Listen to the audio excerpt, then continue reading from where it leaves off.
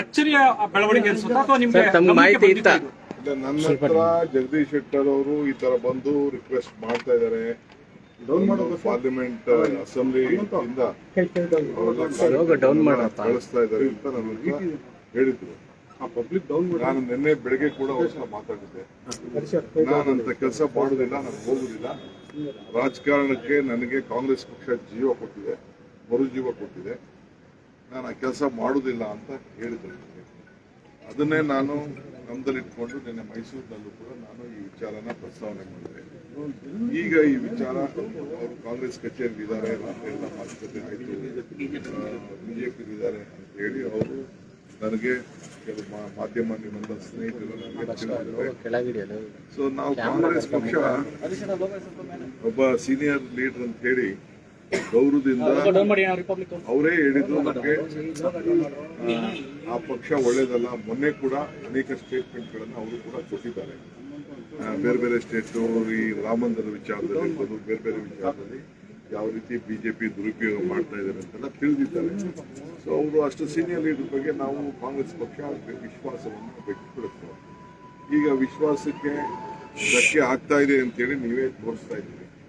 So ಈಗ speaker ಅವರಿಗೆ council chairman ಬಗ್ಗೆ ಫೋನ್ ಮಾಡಿ ನಾನು ಫ್ಯಾಕ್ಸಲ್ಲಿ ಮೇಲಲ್ಲಿ ಕಳಿಸ್ಕೊಡ್ತೀನಿ ಅಂತ ಹೇಳಿದ್ರು ಅಂತ ನನಗೆ ನಮ್ಮ ಯಾರ ಆಫೀಸಿಂದ ನನಗೆ ಮಾಹಿತಿಯನ್ನು ಕೊಟ್ಟಿದ್ದಾರೆ.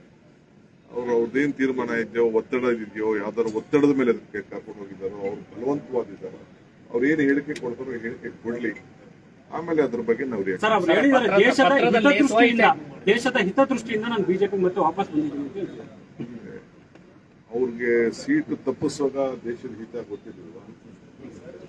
ಸೀಟು ತಪ್ಪಿಸುವಾಗ ಕಾಂಗ್ರೆಸ್ ಪಾರ್ಟಿ 5 ವರ್ಷದ MLC-ನ ಗೌರವದಿಂದ ಅವ್ರಿಗೆ ನಾಮಿನೇಷನ್ ಮಾಡಿದಾಗ ಕಾಂಗ್ರೆಸ್ ಹಿತ ದೇಶದ ಹಿತ ಗೊತ್ತಿರಲಿಲ್ಲ.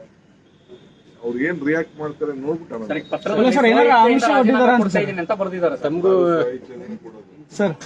ಬಲವಂತವಾಗಿ ನೀವು ಹೇಳಿದ್ರಿ ನನಗೆ ಯಾವ್ದು ಚಾಕ್ಲೇಟ್ ಸಿಕ್ತು ಅಂತ ಸರ್, ಏನಾದ್ರು ಆಮಿಷ ಒಡ್ಡಿದಾರ ಅಂತ ಸಂದರ್ಭದಲ್ಲಿ ಕೊಟ್ಟಂತ ಭರವಸೆಯನ್ನು ಅವ್ರು ಹೇಳ್ಬೇಕಲ್ಲ, ಅವರು ಹೇಳ್ಬೇಕು ಅವ್ರಿಗೆ ಏನು ಆಮಿಷ ಕೊಟ್ಟಿದಾರ, ಏನ್ ಕೊಟ್ಟಿದಾರ ಅಂತ ಹೇಳ್ಬೇಕು. ನಾವೇನು ಅವ್ರಿಗೆ ಬಹಳ ಗೌರವದಿಂದ ಕಾಂಗ್ರೆಸ್ ಪಕ್ಷ ಅವ್ರನ್ನ ನಡೆಸ್ಕೊಂಡಿದೆ, ಇಷ್ಟು ಮಾತ್ರ ಎಲ್ಲರಿಗೂ ನನಗೂ ಒಂದು ಆತ್ಮಸಾಕ್ಷಿ ಇರ್ತದೆ. ಅವರು ಜಗದೀಶ್ ಶೆಟ್ಟರ್ ಯಾಕಂದ್ರೆ ಕಾಂಗ್ರೆಸ್ ಅವಮಾನ ಆಗಿದೆ ಅಂತ ಅನ್ನುವಂತ ಮಾತನ್ನ ಪದೇ ಪದೇ ಅವ್ರು ಹೇಳ್ತಾ ಇದ್ರು. ಕಾಂಗ್ರೆಸ್ ಪಾರ್ಟಿ ನಡೆಯುವಂತ ಸಿಸ್ಟಮೇ ಬೇರೆ, ಬಿಜೆಪಿ ನಡೆಯುವಂತ ಸಿಸ್ಟಮ್. ನಾನು ಈಗ ಮಾತಾಡಲ್ಲ, ನನಗೆ ಇವತ್ತವರೆಗೂ ನನಗೆ ರೆಸಿಗ್ನೇಷನ್ ತಲುಪಿಲ್ಲ. ಕಾಂಗ್ರೆಸ್ ಅಧ್ಯಕ್ಷನಾಗಿ ರೆಸಿಗ್ನೇಷನ್ ತಲುಪಿಲ್ಲ. ನಾನು ಕಾಂಗ್ರೆಸ್ ಅಧ್ಯಕ್ಷನಾಗಿ ಬಿ ಫಾರ್ಮ್ ಅವ್ರಿಗೆ ಕೊಟ್ಟಿದ್ದೆ. ನನಗೆ ಈ ಗಳಿಕೆ ನನಗೆ ಕಾಂಗ್ರೆಸ್ ಕಚೇರಿಯಲ್ಲೇ ನನಗೆ ರೆಸಿಗ್ನೇಷನ್ ಇನ್ನ ತಲುಪಿಲ್ಲ. ಇಮೇಲ್ ಅಲ್ಲಿ ಕಳಿಸಿದೀವಿ ಅಂತ ಹೇಳಿ ನನಗಿನ್ನ ಬಂದಿಲ್ಲ. ಸಂಘ ಪರಿವಾರ ನಾಯಕರು ನಿಮ್ಮ ಪ್ರಕಾರ ಅವರು ನಿಯಮ ಬಾಹಿರವಾಗಿ ಪಕ್ಷ ಸೇರ್ಪಡೆ ಆಗಿದ್ದಾರೆ. ಹಾಗಾದ್ರೆ ಈಗ ಬೇಡ, ಈಗ ನಾನು ಈಗ ಯಾಕೆ ಮಾತಾಡಿ, ನಾನು ಆಮೇಲೆ ಮಾತಾಡ್ತೀನಿ. ಸರ್, ಈಗ ಅವರು ಸಂಘ ಪರಿವಾರದ ನಾಯಕರು ಸರ್, ವಿಶ್ವಾಸಕ್ಕೆ ಅರ್ಹರಲ್ಲ ಅಂತಾನೆ ಸಂಘ ಪರಿವಾರದಿಂದ ಬಂದಂತವ್ರು. ಯಾಕೆ ನೀವು ಎಲ್ಲಾದ ಮೇಲೂ ನೀವು ಈ ತರ ಮಾತಾಡ್ತೀರಾ? ಈ ಸಂಘ ಅವ್ರ ಡ್ಯೂಟಿ, ಸಂಘದವ್ರು ಅವ್ರ ಸಂಘದವ್ರು ಕೆಲಸ ಮಾಡ್ತಾರೆ. ನಾವು ರಾಜಕಾರಣಿಗಳು, ನಾವು ರಾಜಕಾರಣಿ ಕೆಲಸ ಮಾಡಬೇಕು. ನಾನು ಸಂಘಕ್ಕೂ ಅದಕ್ಕೂ ಏನು ಹೋಲಿಕೆ ಮಾಡಿದ್ದೆ? ಸಂಘ ಪರಿವಾರ ಅವರಾಗಿದ್ರೆ ಯಾರು ಬಿಟ್ಬಿಟ್ಟು ಸಂಘ ಬಿಟ್ಬಿಟ್ಟು ಕಾಂಗ್ರೆಸ್ ಸೇರ್ಕೊತಿದ್ರ? ಇದೆ ಪಾಲಿಟಿಷಿಯನ್. ನಾನು ಯಾಕೆ ಬೇರೆ ಸಂಘ ಅಂತ ನಾನು ಯಾಕೆ ಮಾತಾಡ್ತೀನಿ? ಸೌದಿ